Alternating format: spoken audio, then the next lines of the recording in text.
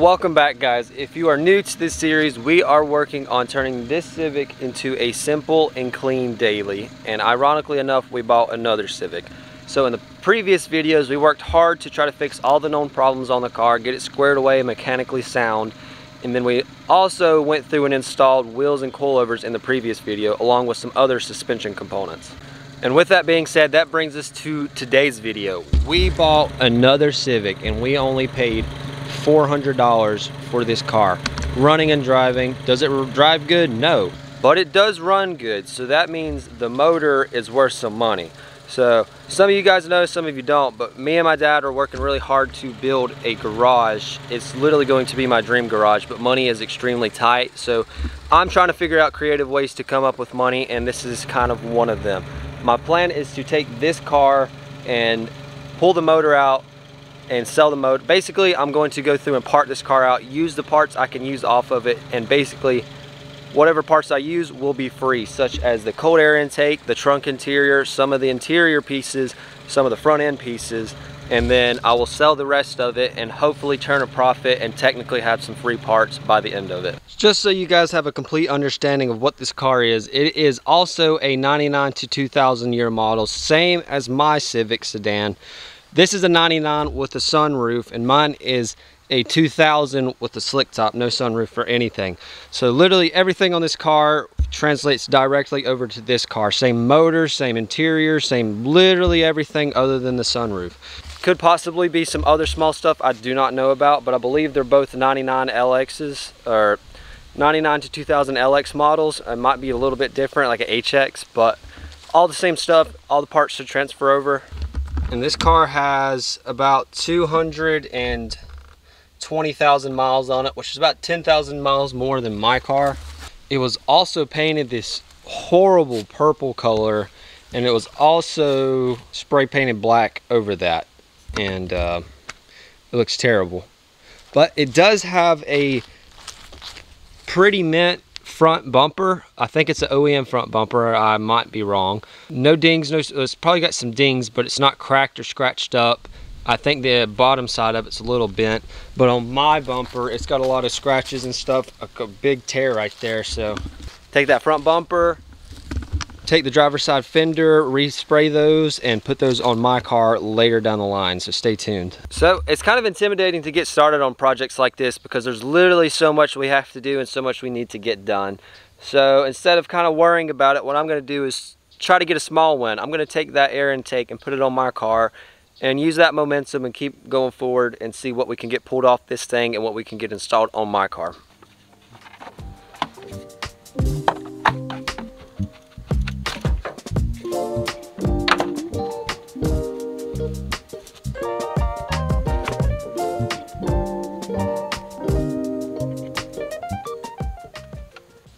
Now this should be the fun part. I do have some couplers from the 240 that I probably will throw on these because I'm not a big fan of the black, and not the black, but the blue and the red. And this thing is absolutely filthy. So we're going to test fit this on the car real quick, make sure it works and it fits, and we're going to go through and clean it up and see how it looks in the engine bay.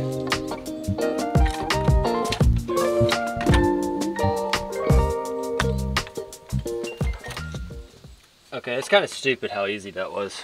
So this intake does not have any kind of branding on it, but every intake that I looked up online, it showed to be around like $100 for everything. Given this is just a tube with a filter on it, I don't really know if you could say that's going to do too much, but I mean, the little bit of welds that are on it are very high quality. I think they look really good, so at least this is a decent part. The aluminum looks high quality.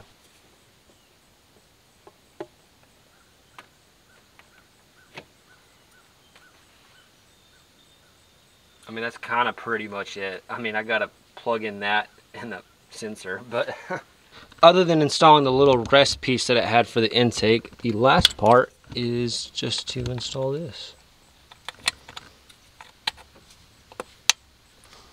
All right, now I gotta see if it works.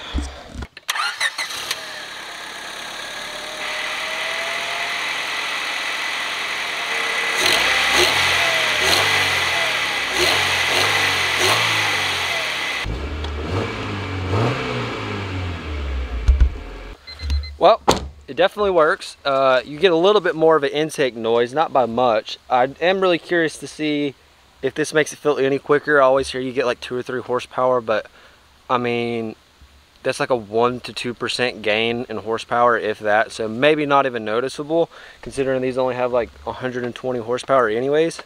I will say it does make the engine bay look just a little bit better. I'm going to go through and clean it up, change out the couplers on it, and probably get a new filter by the end of the video, and this thing will be looking tip-top nice.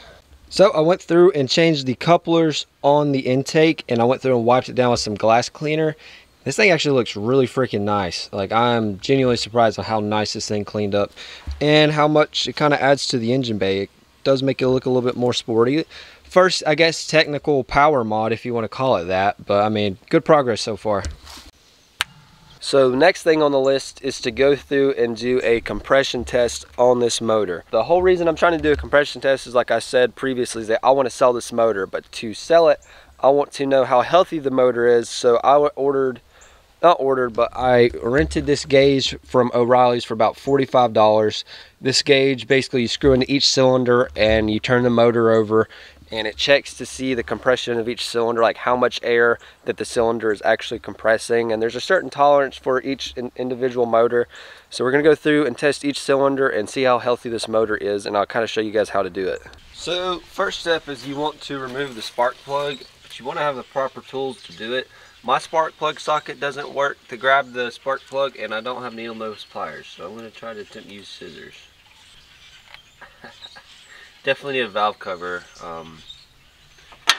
The valve cover on this thing is horrible. Next, you want to disconnect your fuel injectors, because you don't want any spark and you don't want any fuel going into the cylinder, because you get a messed up reading and it could probably mess up something, especially with the gauge. There's 4 plugs on at least the D series, and they're all right in the back, so this is pretty easy to do. And obviously for spark, you just remove the spark plug wires like I had already done.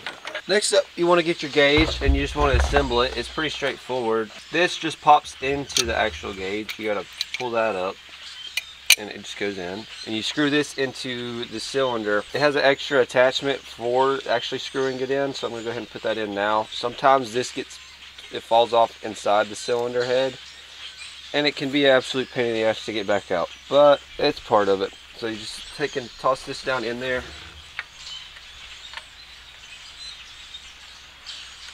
I try to just get it snug, basically to where I can't turn it no more. So according to Google, we're wanting to hit around 150 to 180 psi, which is right dead in the middle and a little bit past it up here.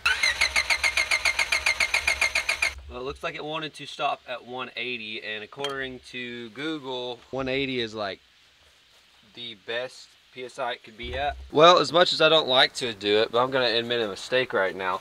I accidentally left the tip of this inside the motor, and then I tried to screw the spark plug into the motor. I absolutely crushed the spark plug, and now I got porcelain inside the motor. So now I got to try to get that out of the car, because if I don't, this motor's going to be shot. And the whole point of buying this is to flip this, so let's hope I don't screw it up. Yeah, I got a bunch of little pieces like that inside the motor now. Got some of them out, but you know, we'll see what happens. Got about 155, maybe actually 160. So about 20 psi variance on that one. That's doable. I'd say it's about 180, 185. It's about 185, 190. It's pretty close. So honestly, that tells me the motor's pretty healthy. It got that one cylinder that was about 20 psi lower than the rest of them, but I mean, it is a 220,000 mile motor, and that's still healthy enough to sell it, and still healthy enough to at least turn a profit on what I paid for the car, so that's good news.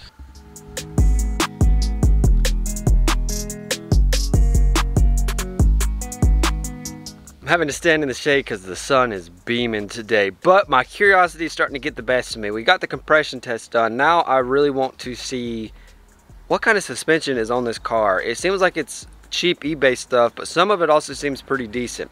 A couple things I do want to keep, but other than that, I plan on taking them apart and just selling them individually and see what I can get out of it. So I looked it up right there on that left side. Cheapest coilovers I've ever seen in my life. So baby, a $200 set of coilovers. I might be able to list them for 50 bucks. I doubt it, but we'll see. I'm gonna take them off in the next video along with the rest of the stuff and see about making some money off of it. So this is gonna be a segment I like to call musical wheels. I'm gonna put those wheels on there and those wheels on there, and maybe if I'm feeling frisky, those wheels on there.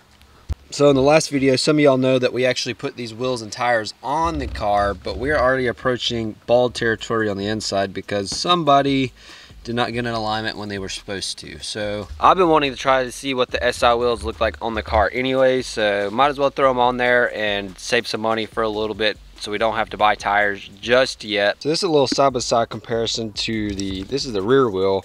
Perfectly fine, almost literally nothing wrong with it. And this is the front wheel. Almost got wires showing. Actually, probably do got wires showing. Yeah, it's pretty bad. So we finally got the SI wheels on the Civic, and let me know what you guys think. Well, I thought that'd be kind of funny. Honestly, I just really wanted to see what the Miata looked like with the SI wheels on because it's the same lug pattern.